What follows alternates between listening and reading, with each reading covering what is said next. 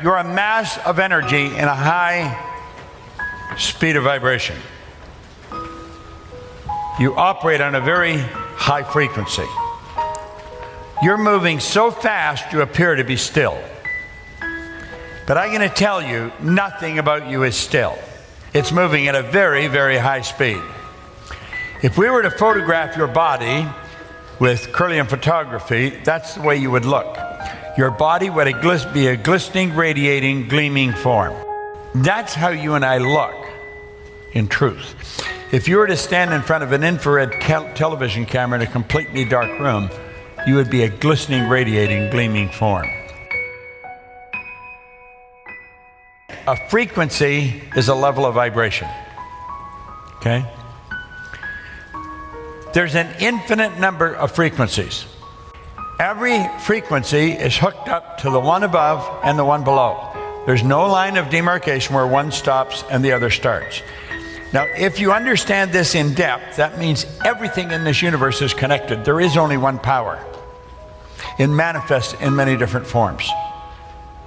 We think we're different. We only appear to be different. We're not different at all. We're all exactly the same. We just do different things. We think different thoughts. We're involved in different ideas. But we are all connected. And I think when we really get that straight in our mind, a lot of the problems that we have go away. Einstein said the intuitive mind is a sacred gift. The rational mind is a faithful servant. We've created a society that honors the servant and has forgotten the gift. You see, you got all those higher faculties, perception, the will, imagination, reason, intuition, and the will. Totally different than any other form of life. All the other little forms of life operate by instinct, which is perfect. They go by what they see, hear, smell, taste, touch. This is so important we start to understand this in some depth. We're going to use these higher faculties to start doing the things we want to do. Now, what we want to do is control the flow of thought energy. We want to let it flow freely to and through us, improving everything with which it connects. See, when it flows into us, it has no form. We give it form. We give it direction. And it's important that we start to understand this. Everything that's happened is recorded in your mind. And you can look back and you can see how one thing led to another, which led to another, which led to another. You met this person, you met that person, you moved here, you lived there, you went to work here. And you'll see in your mind how you got to where you are, because you can look back at it.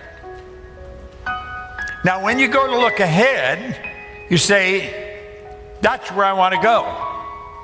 This is the dream that comes into your mind, and you quickly get rid of it because you don't know how to get there.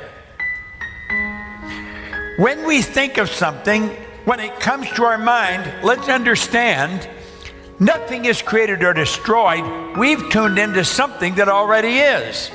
And rather than let it go, what we want to understand is that there is a place. It's a frequency that we tuned in on, way beyond where we're at in our own consciousness. Let's realize if we can see it in our mind, we can hold it in our hand. There's where I want to go. There is a place. This is real. This isn't just some fancy idea. The moment your belief matches with any state, you fuse with it. This union results in the activation and projection of plots, plans, conditions, and circumstances. All kinds of things start to happen in our life.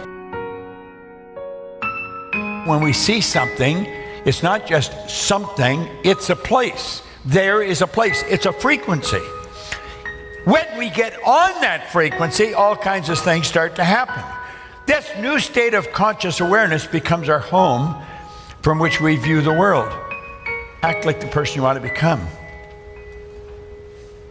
William James called it the actor's technique. Act like you're already there. This is so powerful. You're a creative being. How did he create that illusion? In his mind. When you move on to a higher frequency, you're going to be communicating with a world that's totally foreign to and beyond the reach of your five senses. You've got to know that you can go there. Yet when you start, everything will start to happen for you. And one thing after another will start to happen. And pretty soon, you find yourself there. It's done. You've got to control the flow of the thought energy. You've got to let it flow freely. You can't entertain a lot of doubt and worry. It won't work. Okay? To move to a considerably higher frequency of thought, you must first consent. It's got to be your decision. Then you've got to adapt to the ideas and feelings this new frequency represents. So you see, it's not good enough just to read it in the book or listen to me talk about it. This is where you've got to do it.